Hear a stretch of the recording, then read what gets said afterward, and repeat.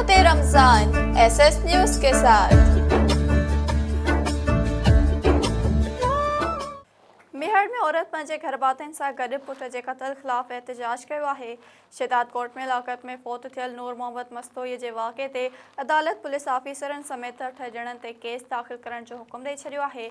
शिदात कोट district session जज कंबर शिदात कोट ज़ाहिद हुसैन मेतलो 21 ॾींहं अॻु पुलिस लाकअप में फ़ौत थी वियल नूर मोहम्मद मस्तोई ज़ाल बख्तावर जी दरख़्वास्त ते क़त्ल जो केस दाख़िल करण जो हुकुम ॾिनो।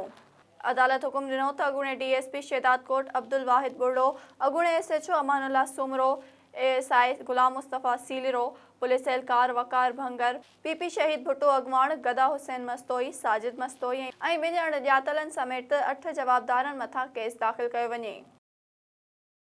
कोरंगी में औरतुनि सां बदतमीज़ी ऐं हिरासा कंदड़ वहशी जवाबदार खे कोरंगी पुलिस गिरफ़्तार करे वरितो। जवाबदार जावेद पुट अली अकबर औरतुनि सां गैर इख़लाक़ी वर्ताव कंदो हो, जंहिंजी वीडियो सोशल मीडिया ते वायरल थियण खां पोइ पुलिस खेसि गिरफ़्तार करे वरितो। SHO Korangi Malik Aamir viral video जो नोटिस वठंदे कुझु कलाकनि में जवाबदार खे गिरफ़्तार करे वरितो। उन हवाले सां SHO कोरंगी मलिक आमिर ॿुधायो त कोरंगी बंगाली कैंप जो रहवासी जावेद मंशियात जो आदी आहे ऐं मंशियात जो विकिरो पिणु कंदो आहे। जवाबदार जावेद बंगाली कैंप जे चौधारी मंशियात विकिरो कंदो आहे। जवाबदार जी निशानदहीअ ते 1 किलोग्राम खां वधीक आला क़िस्म जी चर्स पिणु हथु कई वई आहे। गिरफ़्तार जवाबदार इतराफ़ कयो त हू मंशियात वठण बैदि अहिड़ियूं हरकतूं कंदो हो, जॾहिं त पुलिस जवाबदारनि ख़िलाफ़ केस दाख़िल करे कानूनी कार्रवाई शुरू करे छॾी आहे।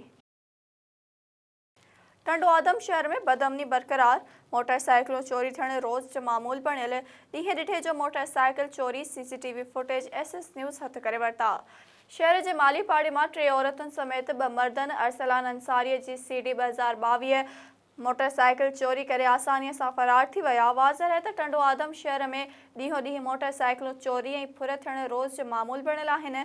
मीडिया केतिराई भेरा वधंदड़ बदअमनीअ ते ख़बरूं हलाइण बावजूदि कंहिं बि चूंडियल नुमाइंदनि समेत पुलिस जे आला ऑफिसरनि नोटिस नाहे वरितो। शहर ॾोहारियुनि जे हवाले कयो वियो आहे। हितां जी सुॼाण धुरिन IG सिंध खां वधंदड़ बदअमनीअ ते नोटिस वठण जो मुतालबो कयो आहे। दौड़ ऐं भरपासे जे आबादकारनि ऐं दीवान शुगर मिल्स जे मुलाज़िमनि मिल्स इंतज़ामिया ख़िलाफ़ एहतजाजी मुज़ाहिरो कयो।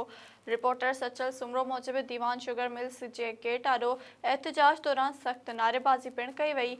उन मौक़े ते कमद जे आबादकारनि मोहम्मद रहीम सोनारो, शहबाज़ ख़ासखेली, मुराद ज़ौर ऐं हमीद सुमरो ॻाल्हाईंदे चयो त दीवान शुगर मिल्स आबादकारनि खां कमद ख़रीद कयो, पर उन मद में रहतनि जी अदायगी नाहे कई, जॾहिं त मुलाज़िमनि जूं पघारूं पिणु रहियल आहिनि। आबादकारनि ऐं मुलाज़िमनि मुतालबो कयो त शुगर मिल्स इंतज़ामिया ख़िलाफ़ कार्रवाई करे रहतनि जी अदायगी कई वञे।